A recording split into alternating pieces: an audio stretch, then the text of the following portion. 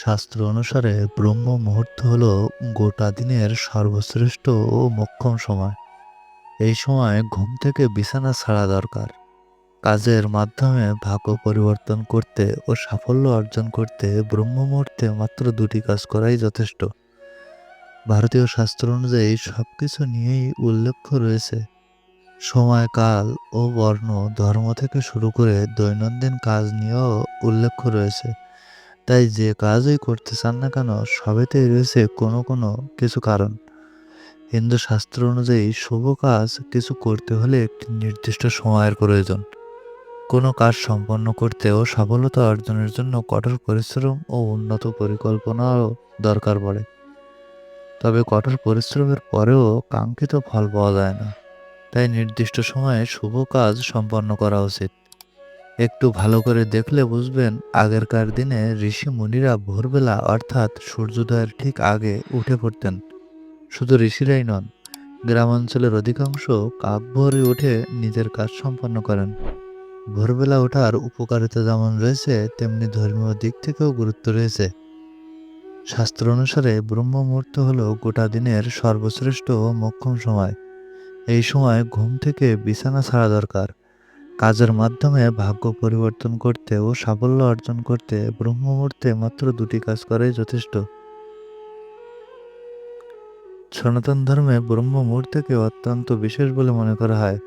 এই সময় ঘুম থেকে উঠে যে কোনো কাজ করা খুবই শুভ বলে মনে করা হয়।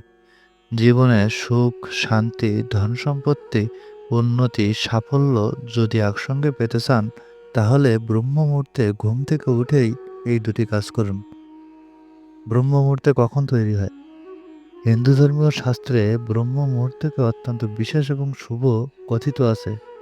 এই সময় ঘুম থেকে ওঠার পর করা প্রতিটি কাজেই সফল হতে সাহায্য করে।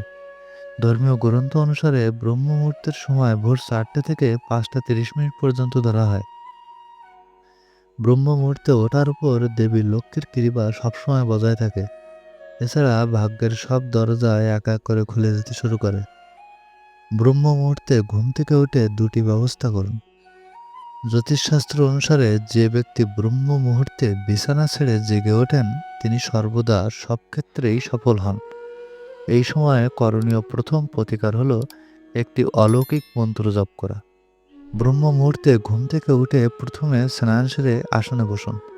এরপর চোখ বন্ধ করে এই মন্ত্রটি জপ করুন। এই মন্ত্র নিয়মিত জপলে সমস্ত দেবদেবী সন্তুষ্ট হন ও আশীর্বাদ করেন। দ্বিতীয় প্রতিকার, জ্যোতিষশাস্ত্র অনুসারে ব্রহ্ম মুহূর্তে উঠে আরও একটি সঠিক প্রতিকার অবলম্বন করা উচিত। এর জন্য ব্রহ্ম মুহূর্তে উঠে উভয়ে হাতের তালুর দিকে তাকিয়ে এই মন্ত্রটি জপ করুন। মন্ত্র: ওম করাগ্রে বাসতে লক্ষ্মী, কর্মাধ্যায়ে সরস্বতী, করমূল্যে তু গোবিন্দ, প্রভাতে করদর্শনম। বিশ্বাস করা হয় উভয় হাতের তালুতে দেবতা ও গ্রহের বাস। ব্রহ্ম মুহূর্তে দেবতা ও গ্রহ একসঙ্গে দেখা অত্যন্ত শুভ ও কল্যাণকর বলে মনে করা হয়। এই কারণেই শাস্ত্র অনুযায়ী দীর্ঘক্ষণ ঘুমানো নিষিদ্ধ বলে বিবেচিত হয়েছে।